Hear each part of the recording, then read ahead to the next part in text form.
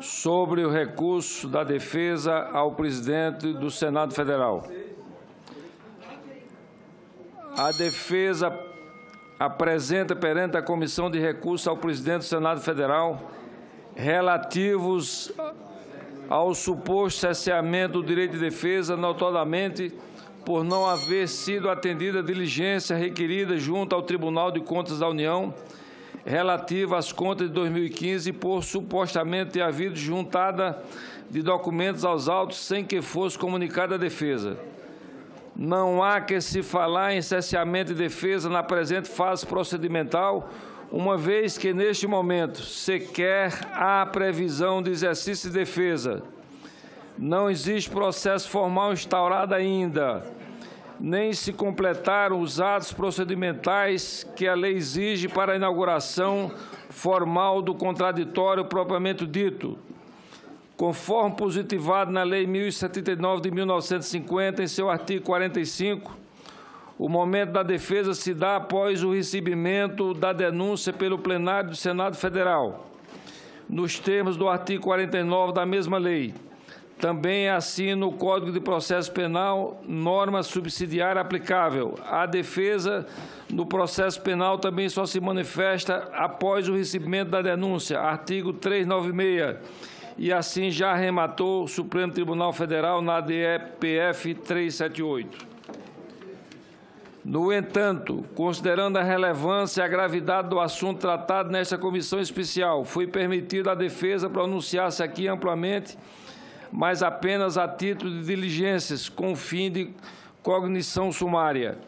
A defesa da requerida teve ampla possibilidade de acompanhar e se manifestar na comissão, havendo inclusive credenciado advogados, indicado técnicos para se manifestar e se pronunciado por mais de uma vez por meio do advogado-geral da União. No entanto, solicitar perícias ou pareceres a outros órgãos que não estão adstritos ao prazo desta comissão fixada em lei no regimento interno seria extrapolar a fase de mera admissibilidade em que estamos. Assim decidiu o plenário da comissão por ampla maioria. Nada impede que tais perícias sejam solicitadas na segunda fase dos trabalhos desta comissão especial, caso o plenário do Senado admita a denúncia número 1 de 2016. Ademais, toda a documentação eventualmente juntada foi digitalizada e tornada pública em meio eletrônico, não só para a defesa, como para qualquer cidadão interessado. Também é possível cadastrar-se para ser informado por meio do eletrônico de cada documento juntado, do mesmo modo que já faz o Poder Judiciário.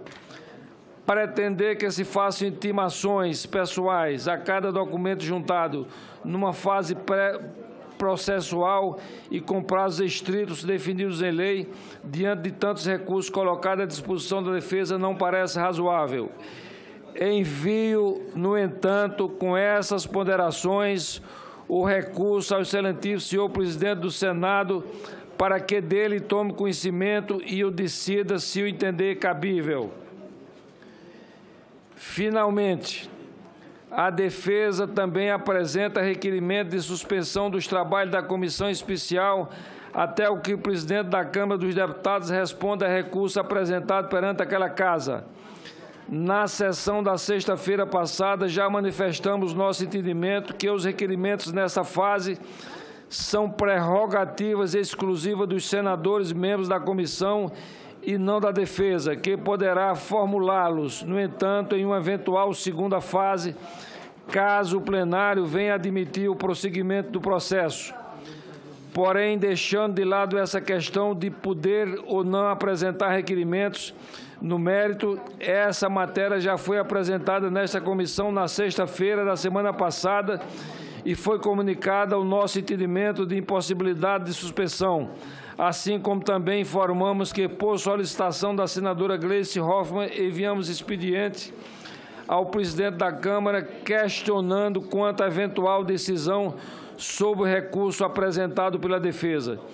De todo modo, não cabe a esta comissão discutir o instrumento a ser usado pela Câmara dos Deputados para veicular sua autorização ao Senado, se por meio do ofício ou por intermédio de resolução. Parece-nos que o instrumento a ser usado pela Câmara dos Deputados para autorizar o Senado Federal e instaurar o processo é matéria interna corporis que cabe àquela mesma Casa decidir à luz do seu regimento interno. A existência do ato procedimental não é um fim em si, mesmo mais instrumento utilizado para se atingir determinada finalidade. Portanto, indefiro o requerimento da Advocacia Geral da União.